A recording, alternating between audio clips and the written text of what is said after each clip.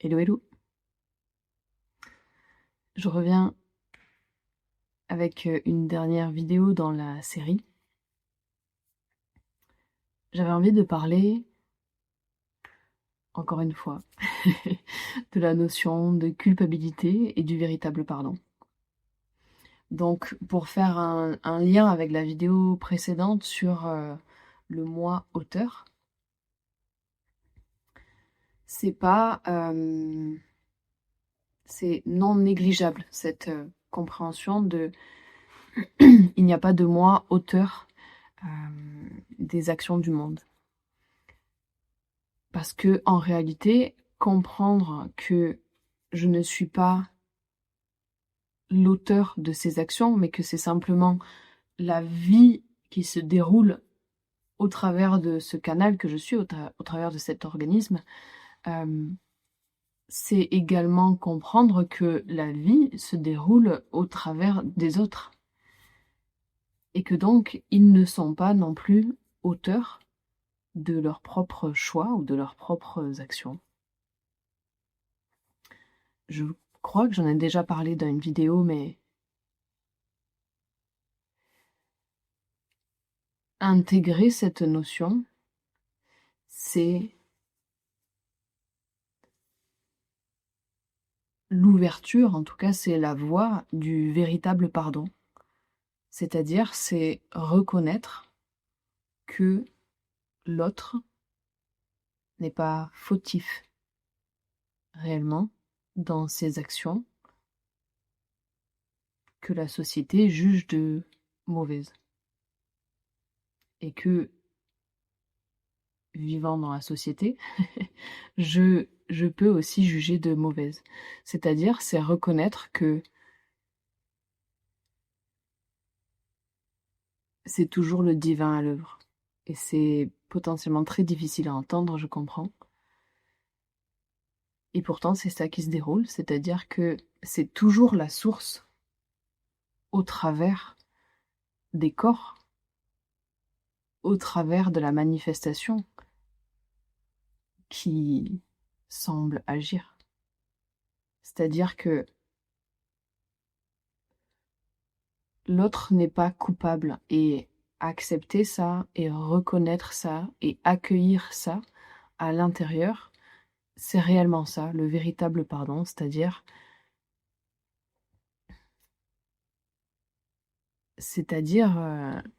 je te pardonne parce que tu n'es pas coupable. Je pardonne les actions qui se déroulent au travers de toi et je me pardonne de t'avoir jugé et de peut-être te juger encore. Je me pardonne d'avoir cru en ton libre arbitre et en mon libre arbitre.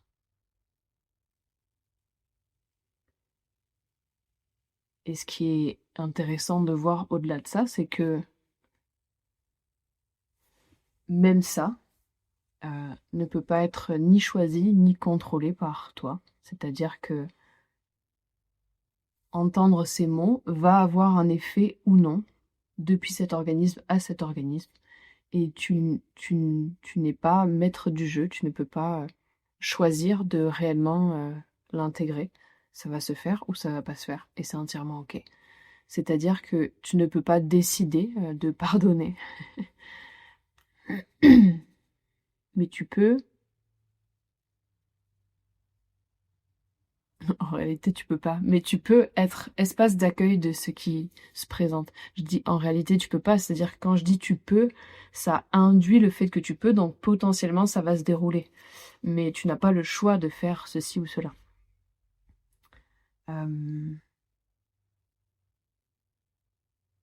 Tout est cause à effet. Tout est une succession d'informations, d'enchaînements, d'invitations, de réponses à ces invitations qui est finalement la vie. Et,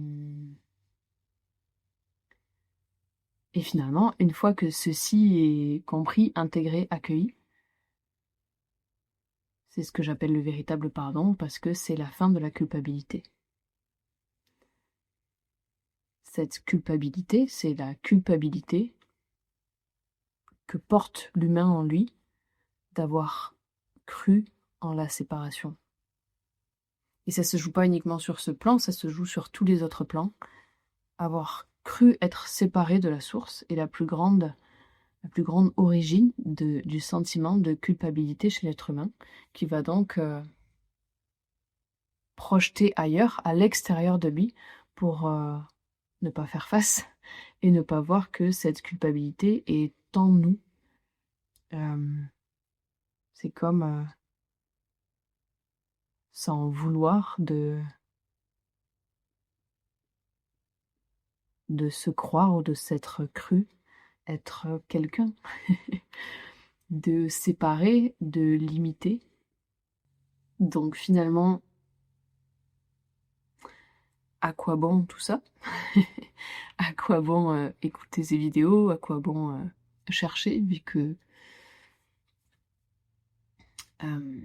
ce qui arrivera, arrivera, et ce qui n'arrivera pas, n'arrivera pas.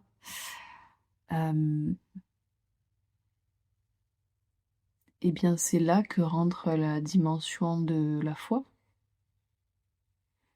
C'est garder la foi et faire confiance et croire en la magie du divin. Faire confiance aussi à ce qui se déroule et justement à cette causalité-là, c'est-à-dire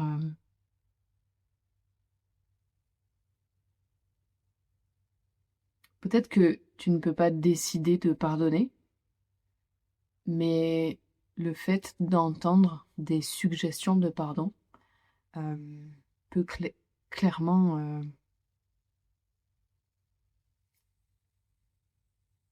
accentuer en fait ce déclic, peut l'induire, peut le favoriser.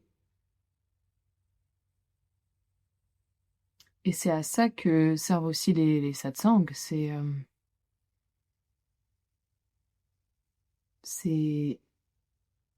être écoute, c'est être ouvert à ce qui se dit et se laisser traverser finalement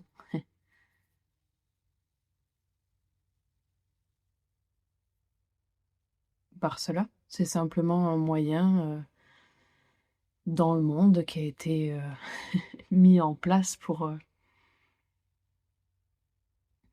communiquer et pour se souvenir. C'est tout. Comme plein d'autres choses. Et soit ça t'appelle, soit ça t'appelle pas. C'est entièrement ok.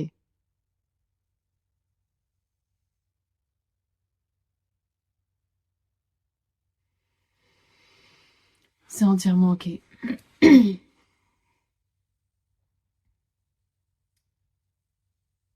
Donc l'invitation d'aujourd'hui, c'est peut-être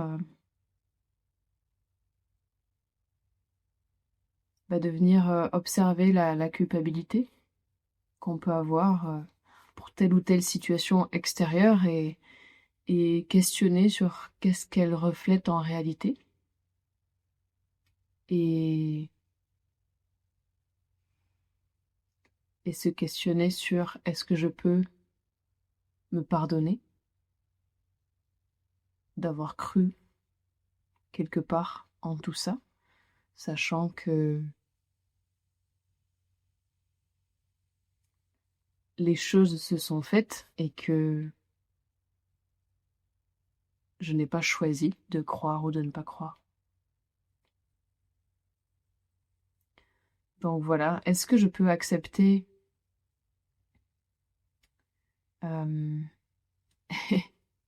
la dualité de la manifestation? Parce que finalement, l'esprit de la non-dualité, c'est aussi accepter la dualité apparente du monde. Et tant qu'on va refuser qu'il y a apparemment le bien et le mal, qu'il y a apparemment le chaud et le froid, qu'il y a apparemment le grand et le petit, le gentil et le sévère, le gentil et le méchant, etc. Eh bien, on n'est pas dans l'acceptation totale, on est dans le refus, on est dans un non, un refus de ce qu'est la manifestation. Et tant qu'on refuse la manifestation, on en refuse la source.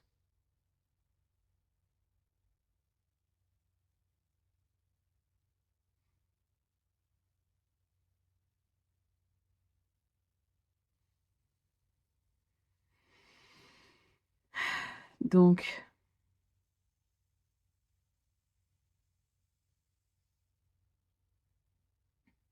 la non-dualité, c'est reconnaître qu'il n'y a pas de séparation entre cette source et ce que l'on est. Et dans la manifestation, c'est accepter que tout existe et son contraire, sans jugement.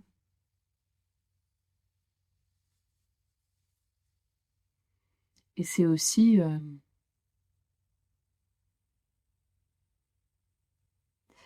accepter d'être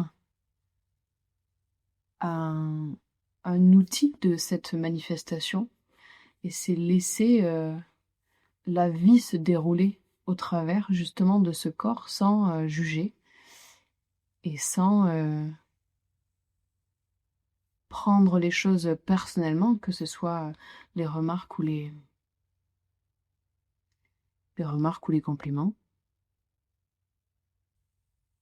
Je crois que c'est Ramach qui disait si tu es valorisé par quelqu'un,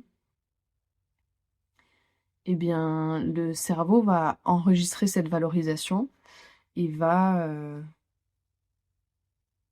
se sentir reconnu et va envoyer au corps un signal de plaisir. C'est-à-dire que finalement, tu peux ressentir du plaisir sans pour autant ressentir de la fierté personnelle, parce que tu sais que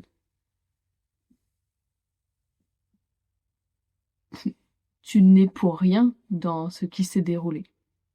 Pour autant, l'organisme, corps mental, va potentiellement ressentir du plaisir. C'est la même chose si tu blesses quelqu'un, tu peux regretter de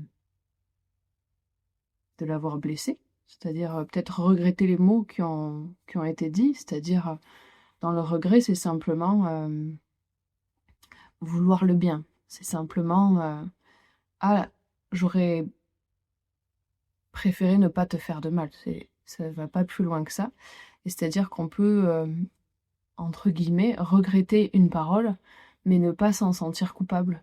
C'est juste reconnaître qu'elle a été blessante et en même temps reconnaître qu'elle